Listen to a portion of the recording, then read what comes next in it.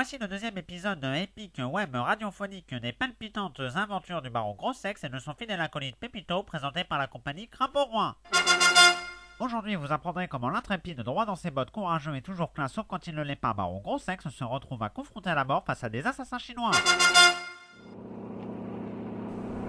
Diana, si je m'attendais à ça, c'est incroyable, vous pilotez aussi bien qu'un homme. Merci, Johnny. Oh, je ne me sens pas bien. Votre capacité à manier le manche est très, comment dire, stimulante. Pas bien du tout. C'est que je me suis beaucoup exercé, Johnny. Ma dextérité est légendaire. Du tout. Je suis vraiment curieux de vous voir piloter un autre genre d'engin, si vous voyez ce que je veux dire en vous tente Diana. Je crois qu'il y a le mal de l'air. Oh, Johnny, vous êtes un charmeur.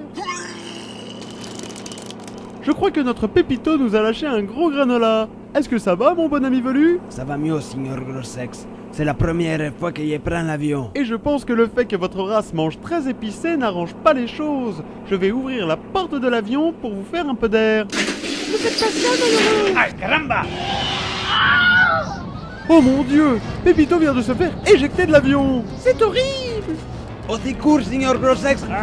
Par miracle, son poncho s'est coincé dans les pales de l'hélico. Mais comment est-ce possible? Nous sommes dans un avion. Je ne sais pas, chère Diana, probablement une lubie du scénariste. Ça expliquerait beaucoup de choses. Désolé, Diana, je n'ai pas le temps de me pencher sur vos problèmes métaphysiques de bonne femme. Il faut sauver Pépito. C'est gentil de penser à moi, Seigneur!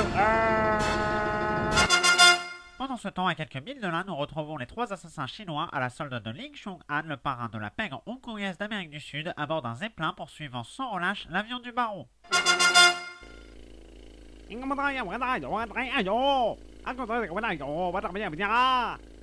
Attention, afin de permettre à nos auditeurs non chinoglottes de comprendre ce qui suit, la compagnie Crapaud Roi vous offre une traduction simultanée. Homme 1. Je crois qu'il se passe quelque chose sur l'avion du baron. Homme 2. Passe-moi les jumelles. En effet, on dirait que le petit gros est tombé de l'avion. Homme 3. C'est notre chance. Approchons discrètement de leur appareil pendant qu'ils sont occupés à autre chose. Homme 1. C'est parfait. Il nous facilite la tâche. Le patron sera content.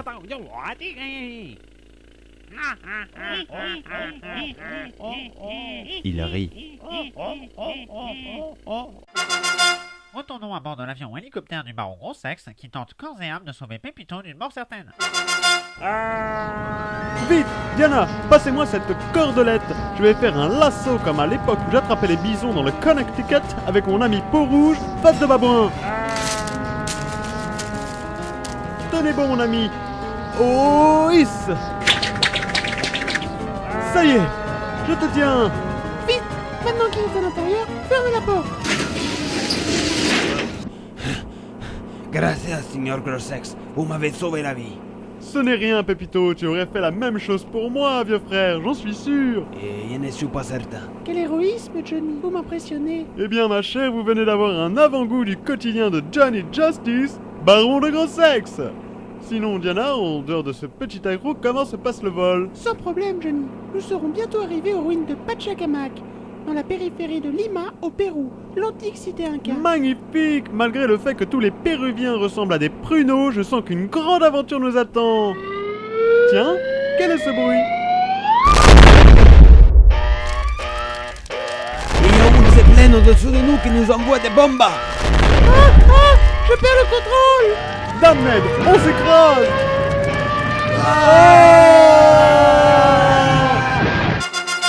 Est-ce que le baron Gros-Sex échappera à sa mort annoncée? Le scénariste se sortira-t-il enfin les doigts du cul afin d'arrêter les incohérences? Et qu'en est-il de cette fameuse cité de Pachacamac? Nous répondrons à toutes ces questions, ou peut-être pas, dans les prochaines aventures du baron Gros-Sex et de son fidèle acolyte Pépito.